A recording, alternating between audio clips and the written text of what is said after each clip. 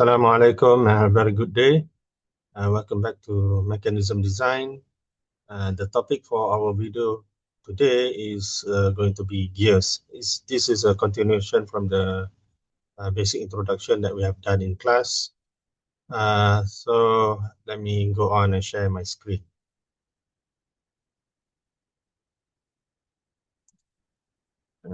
How do I do that?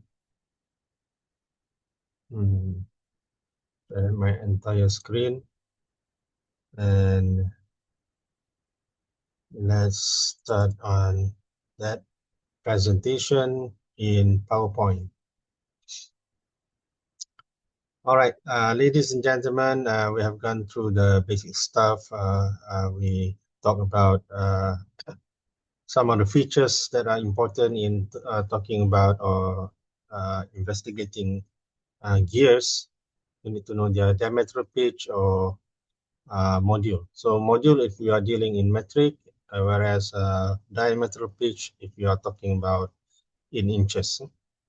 So I guess both need to be, you need to be familiar with both in inches and also in metric.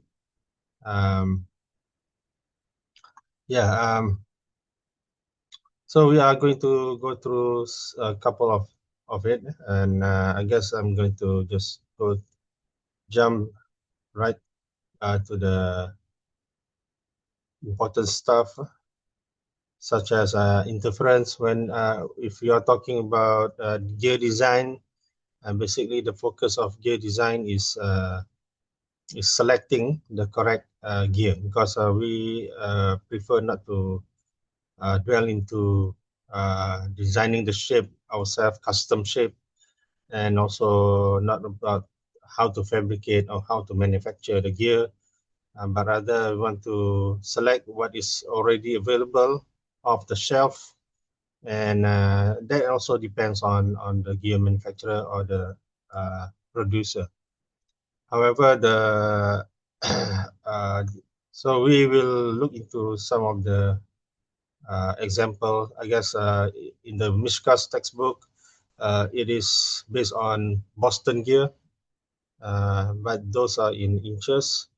So I added some other references from KHK gears from Japan, and those are in metric.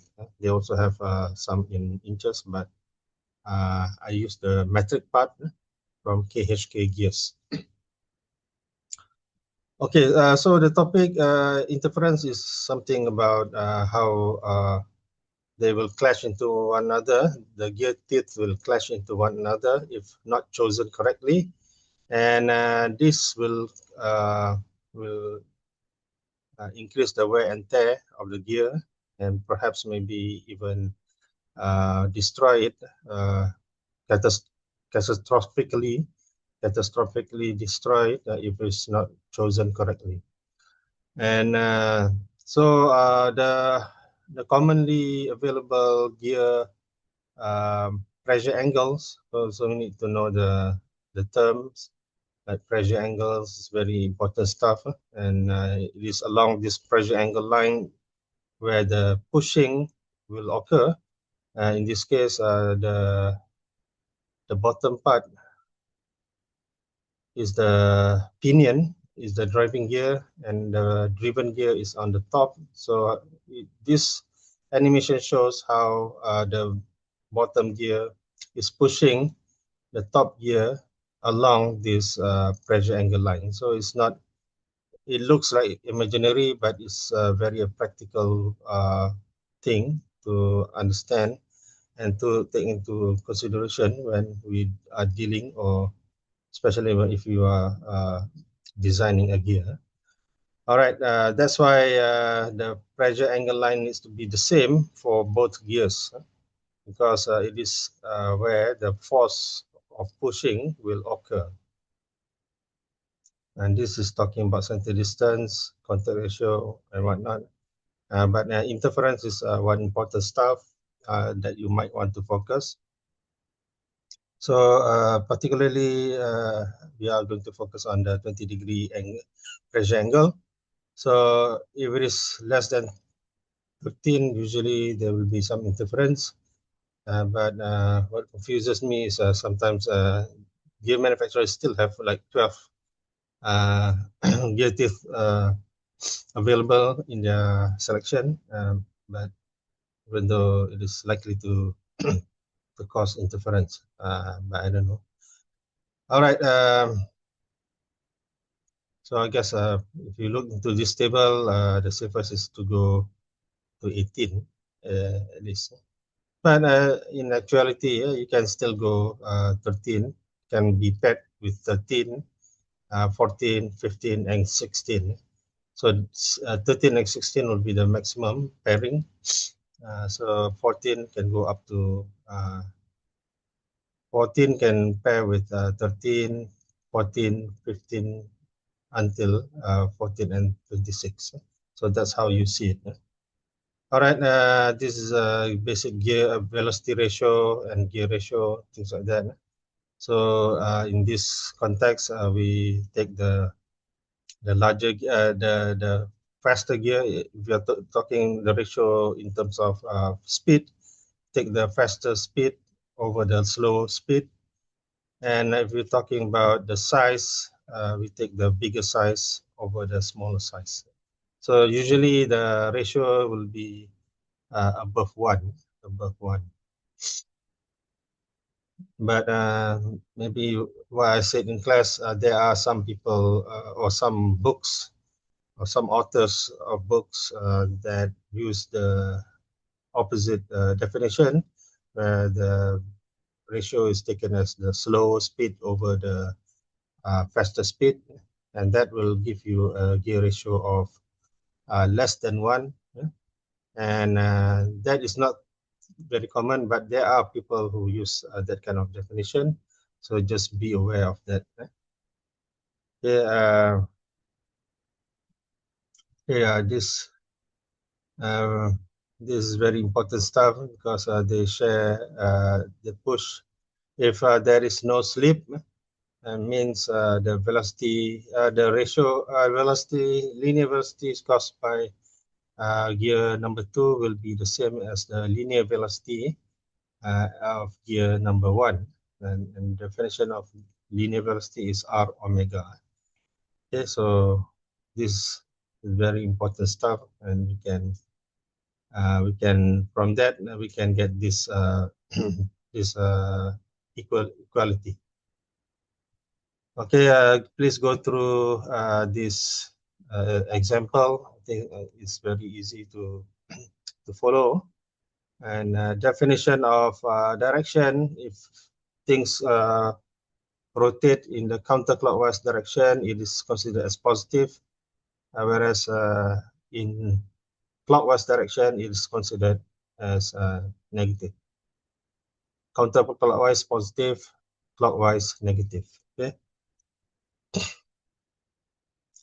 So I guess from Mishka, the textbook, this is a very important table. I guess not many sources give you this information. I guess this is a very good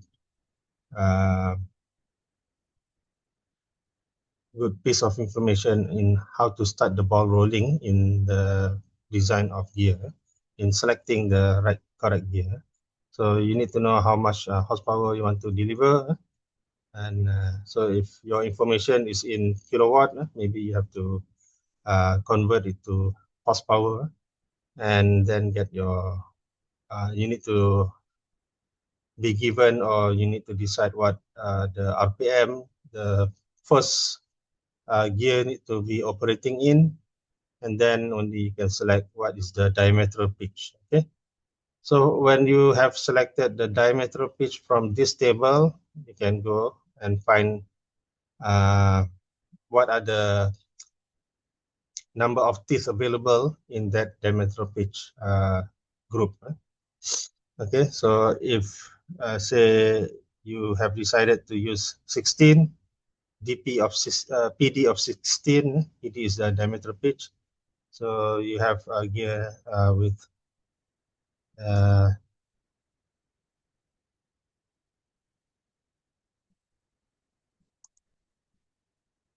So if 16, so you have, where is my cursor?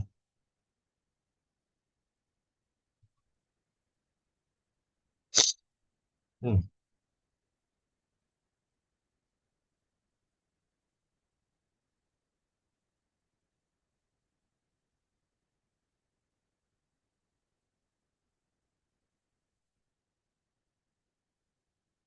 Okay, there it is. So 16, you have 12, 14, 15, up to 192. So these are number of teeth, gigi gear, the number of teeth. Okay, let me get out of the presentation.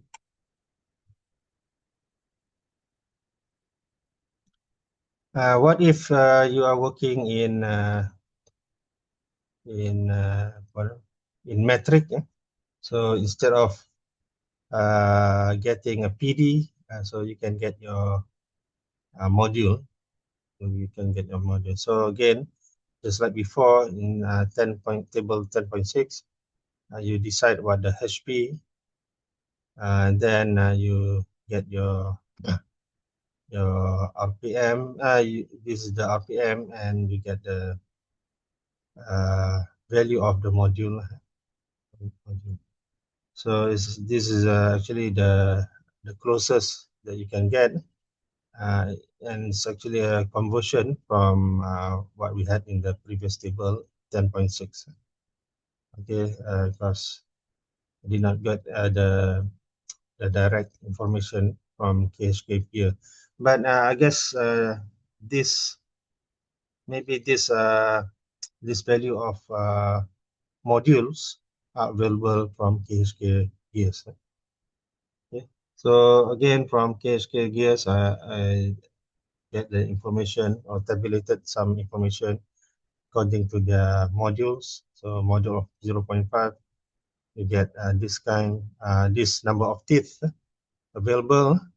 Perhaps even more, they have a different number of teeth for different materials.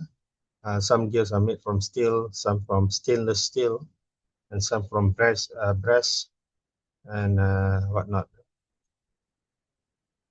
Right. So we have information up to 4 mm. So if you need more information from different modules, so you have to go directly to KHK. I think they have this online catalog, and you can go ahead and get it.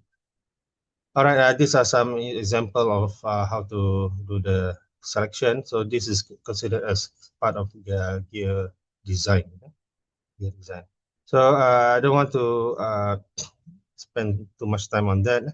So let's take a look at this stuff.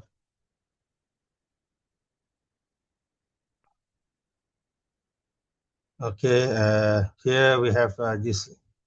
This is kind of like how to design, but it's not.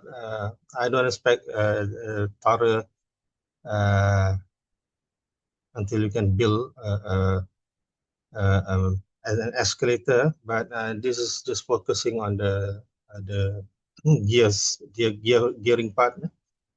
So this is the information you need to transport 6,000 people per hour.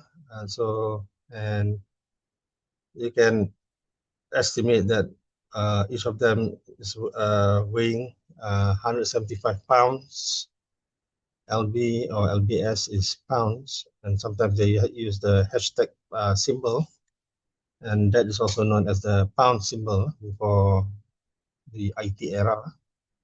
And so from this information, 6,000 people per hour, so you got about 2 people per second.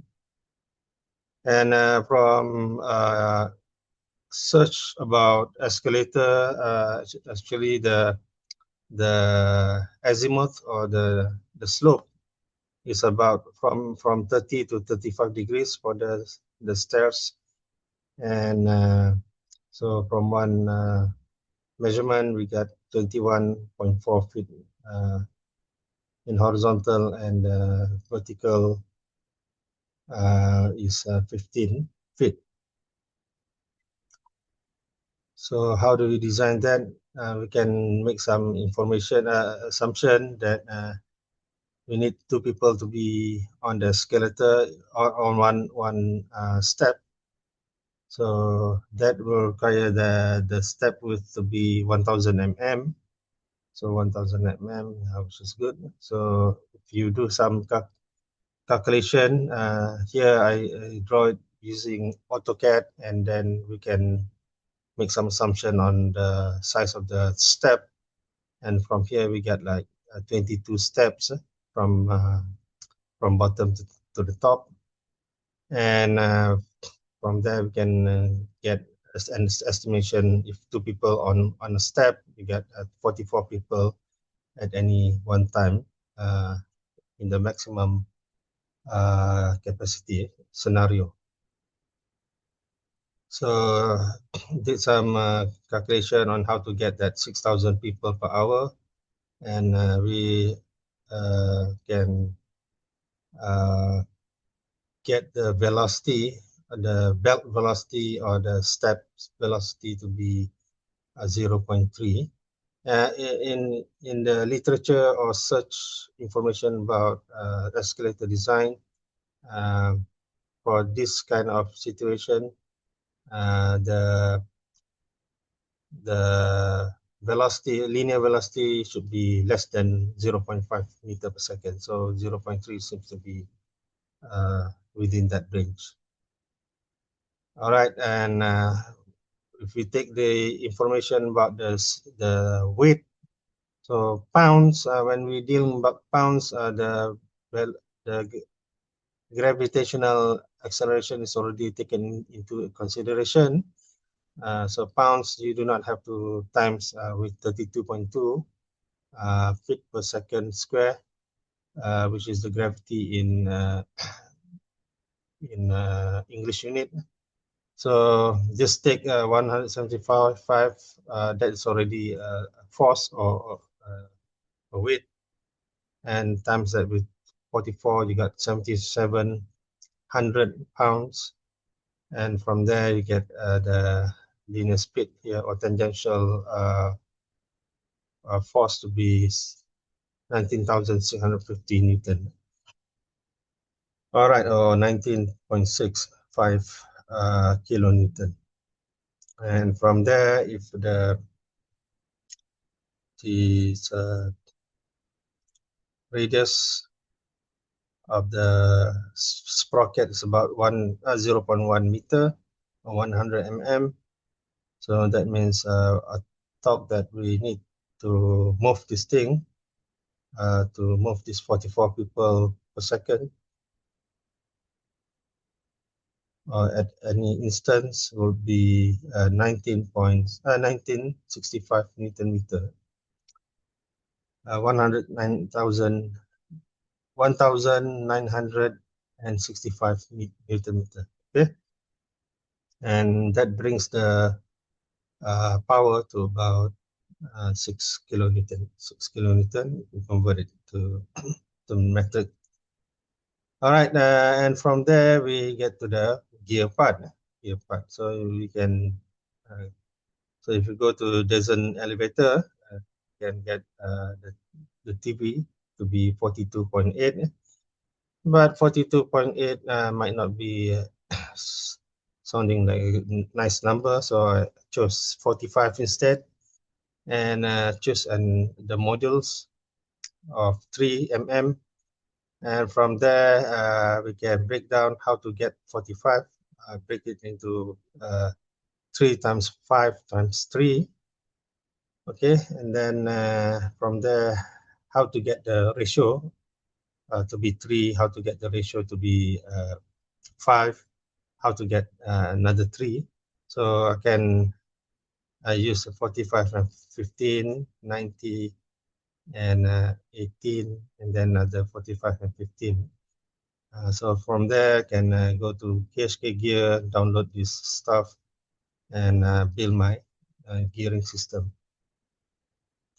But in actuality, if you go to the Descent elevator or anything like that, you can buy a ready-made elevator system. But this is just a practice. If you want to build your own gearbox, so you can with that has the train value of 45, and you can definitely build that yourself using the information that you can learn. And this is how you can download the, I guess you guys in fourth year already know this kind of thing. You can download the CAD from gear manufacturer, and you can try.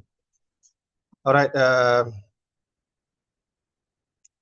These are some information about compound gear, reverted gear trains, and simple gear train.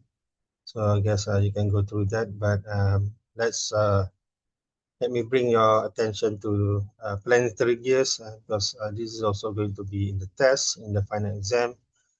So you might want to focus on this as well. And yep, this is one example. So we have a ring gear.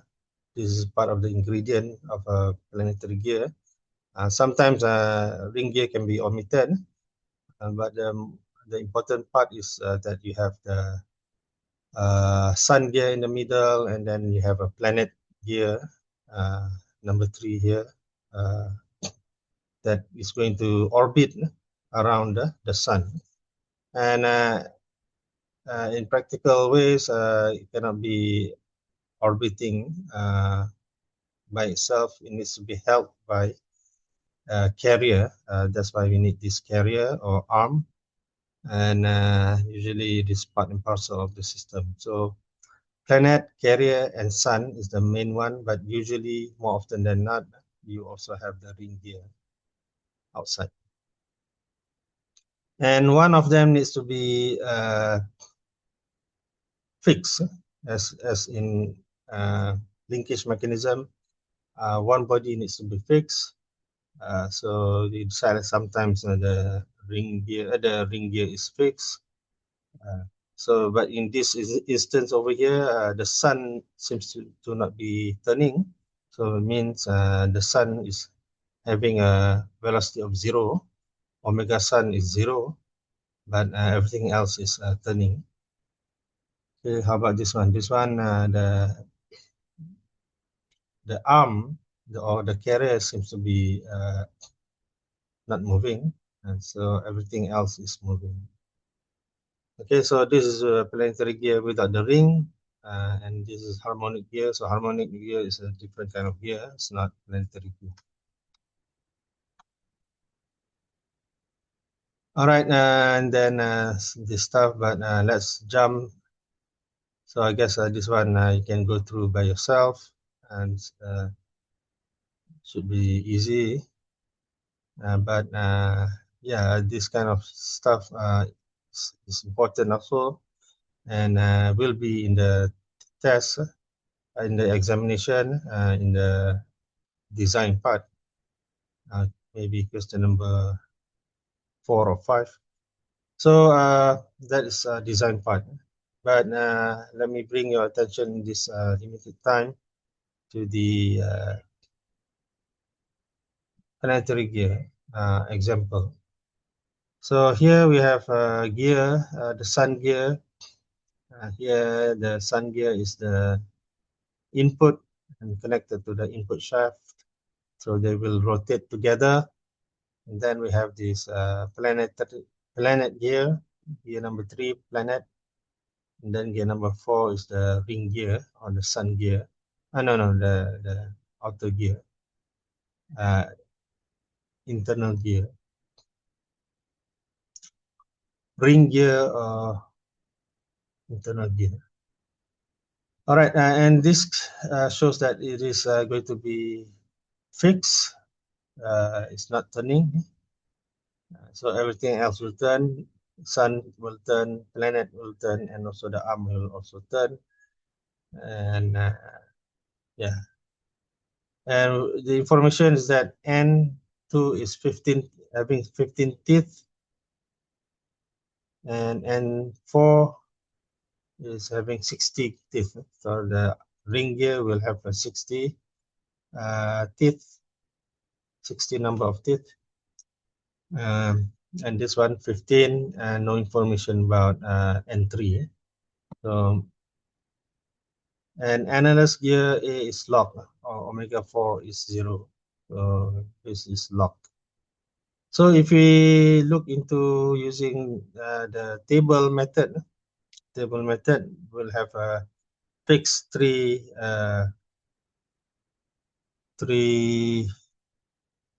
steps.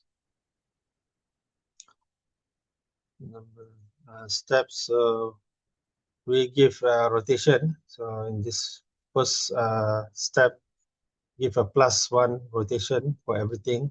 So this will be all the gears that we want to consider. So we have in fact, the arm is considered as a gear also.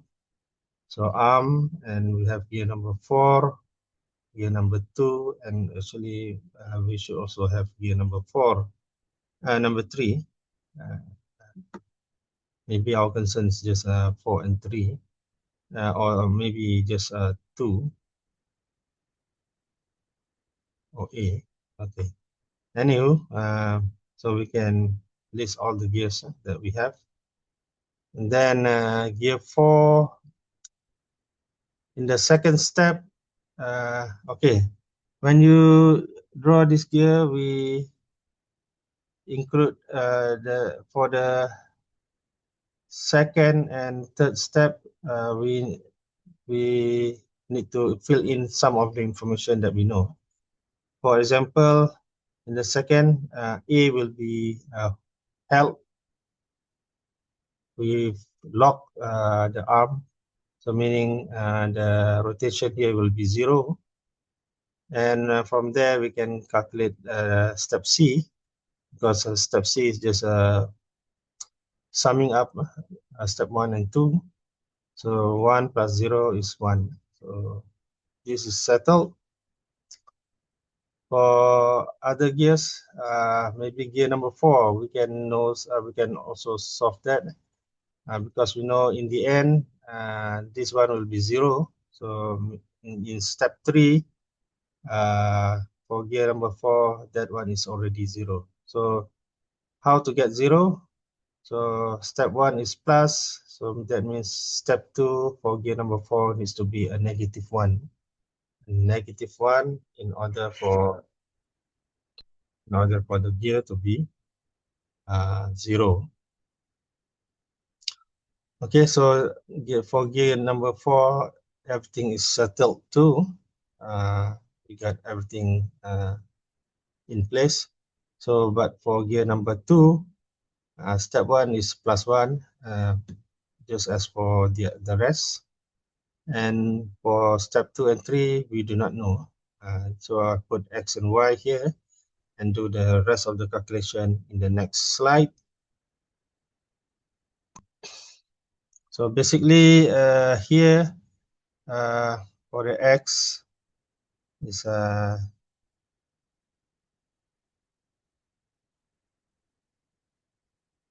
take the information. So this one will act as the input for step number 2. So step number 2, everything will be based from gear number 4. So you use this as the input. Cannot use this as input because everything will be 0. So how do you relate X with respect to 1? Okay. So meaning like this. So this is the meaning.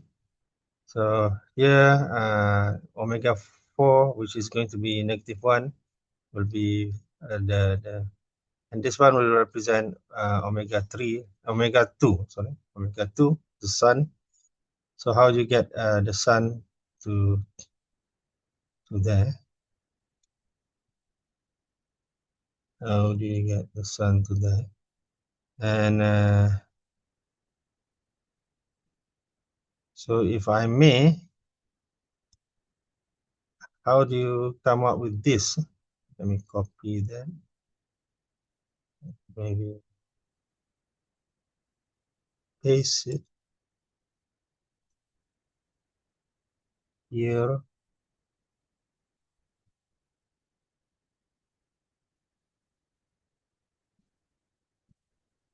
make it smaller.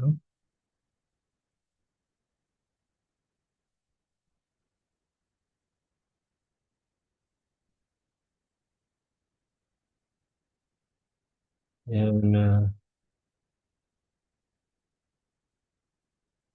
okay, not enough space there. Okay, how about that? Huh? Okay, it doesn't go directly to that actually. So how does it go? So it goes like this.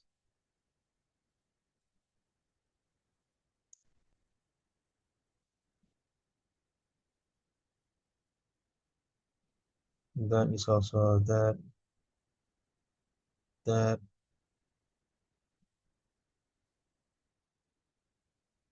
How do you like that? Huh? But this one needs to be having that. So you need to go from so if this is the x is actually omega 2, so this is omega 2. From 2 it touches 3, so and then 3 touches 4. So that is the step. Okay. Okay.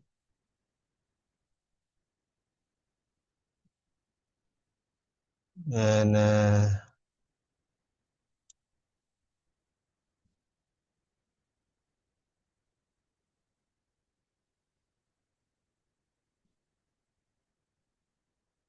this one is actually, oh my god.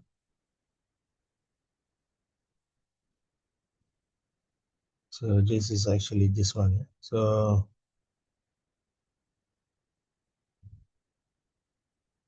what color should I use? This one. All right.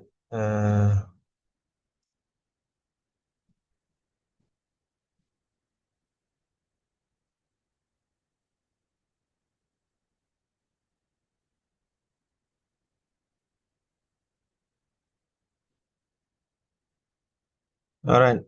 So from there we go down here to here. Okay. So for external gears, we have to flip it, and the direction of rotation will be different. So that's why we have a negative there.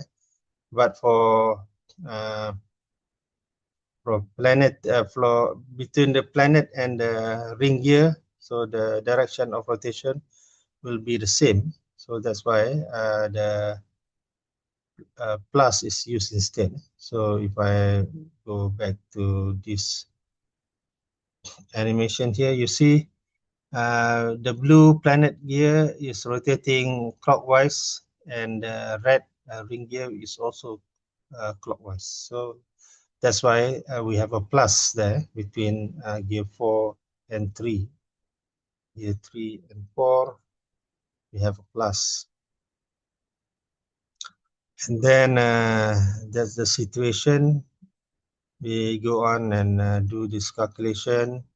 We solve for x to be 4. So here entry, we do not need to know what that number is. It can be anything, and we just they will cancel each other, and we get 60 over 15, which is a 4, and negative ones, the negative signs will also cancel. And for y, it's going to be just 1 plus 4, which is going to be 5. And gear ratio outside of the, when we get to back to reality, so gear ratio, we'll just look into this one is 1 and this one is 5. So if we need to go between omega A over omega 2, so it'll be 1 over 5. Or if it's here omega 2 over omega A, so it's 5 over 1. 5 over 1. So we can get that using the formula method as well. So formula method, we will start with the last gear minus the A, omega A, and over the first gear. The first gear. Usually the first gear is the gear that we want uh, to solve for, be concerned with. Okay, and then for the number of teeth, it's going to be flipped. So if this is the one that you want to know, so usually this is the pinion, and over here, pinion will be on top, and gear will be on the bottom. Okay, so if you do the calculation correctly, so N2 will be the sun pushing the planet, and then planet pushing the ring. Okay, and then we have this thing, and the ring has a omega of 0, and A we do not know, omega 2 also we do not know, and then we can bring it to the different parts, and then we can solve for the ratio, and we get a 5, same as in the table method. Okay, we can also look at this next example. We have this thing given in radiuses or radii, and here's the table method. So we have the three. So these three steps are going to be the same.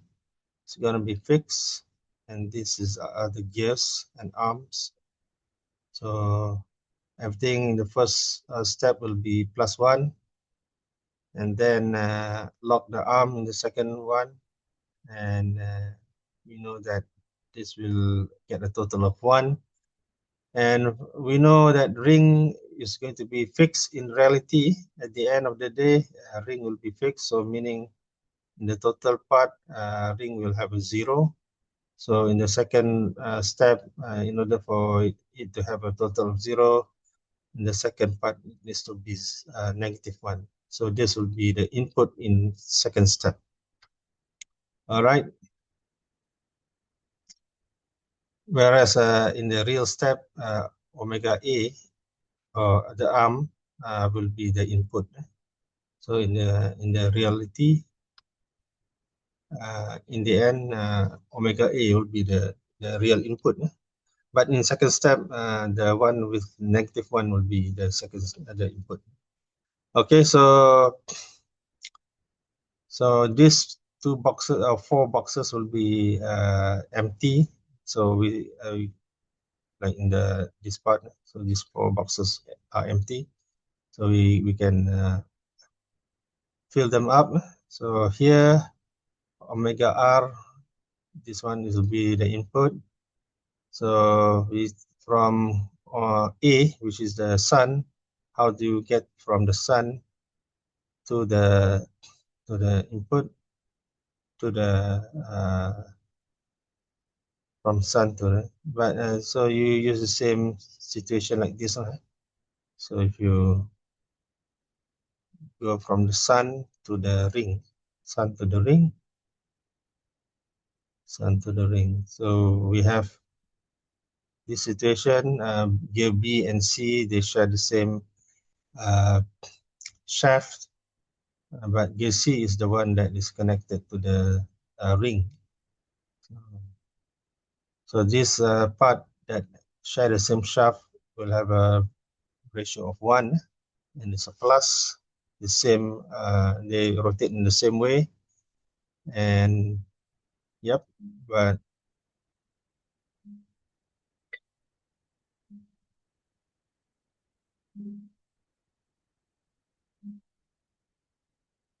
okay.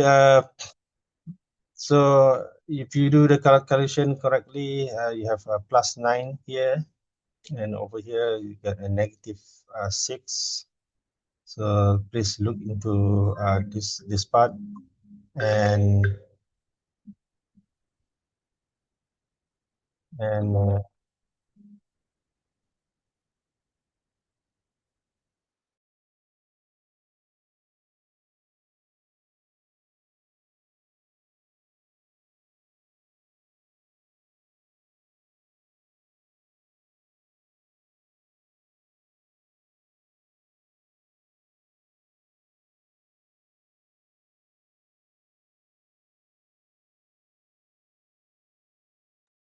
all right, and so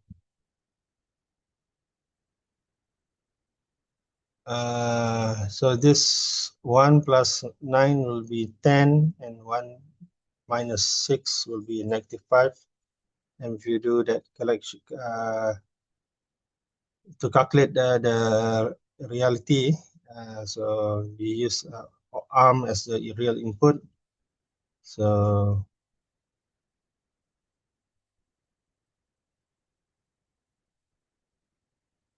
actually, so this one is B.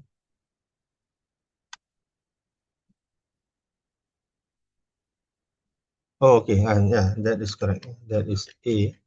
So here, A here is not arm. A here is the sun here. So the arm is something else. DE is actually arm. Okay, so that can be confusing. Anyway, so the sun will rotate at 180 RPS, radian per second, CCW, counterclockwise, whereas for the planet here, B will be sharing the same shaft, so it will rotate with the same speed with gear C. So omega C will also be a negative 90 RPS, and it is clockwise.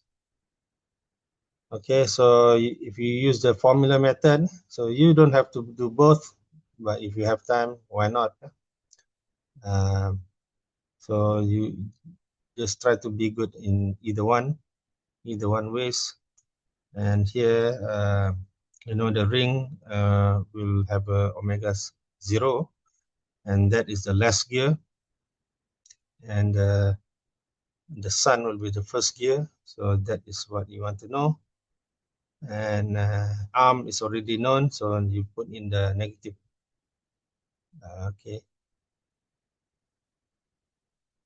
Okay, so negative minus 18. So, but 18 is positive actually, but from the equation is a minus thing. And then you got 180 RPS. And over here, the gear that you want to solve for is the planet gear, say omega B. So how to connect from B to R. So B go to C, and then C to R. Okay, so B and C will be the same, so that's a plus 1, and R and this one will be a plus 6, 1 over 6, 1 6, and then we rearrange this thing and then solve for omega B, and that gives you a negative 90 RPS, just as before. Okay, these are some cool stuff, different type of gears. I guess we see rack and pinion a lot, and worm gear a lot. Like I said in the class, if you are dealing with heavy lifting, you need to have this in your system. And we use a lot of bevel gear in our machine, like in maybe your power tools. We also have a lot of bevel gears, and we also can also have this kind of weird looking gears as well. Differentials is cool, and maybe you like to know how differentials is being used in your vehicles, and maybe you can check out the YouTube explanation about it. And that's about it, folks. You guys have a great one, and hope you can understand this topic. and I'll see you when I'll see you. I'll see you when I see you. Yes, you guys have a good day, and inshallah, uh, if you have any question, you can reach me. Assalamu alaikum wa rahmatullah wa barakatuh.